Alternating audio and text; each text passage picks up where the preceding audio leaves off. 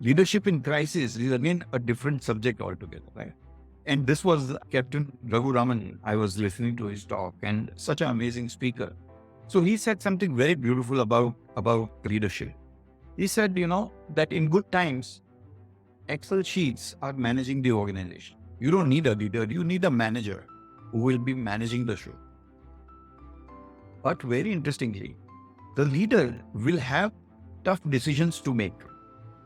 So if a leader gets a right choice and a wrong choice, it becomes very easy to make a decision that you will go with the right choice. Then he said that tougher than that, there is another option that comes to a leader where there are two right choices and he has to choose between one. That's tougher than right and wrong. But there is a third situation, and in a crisis kind of a moment, there are two wrong decisions and leader has to choose one.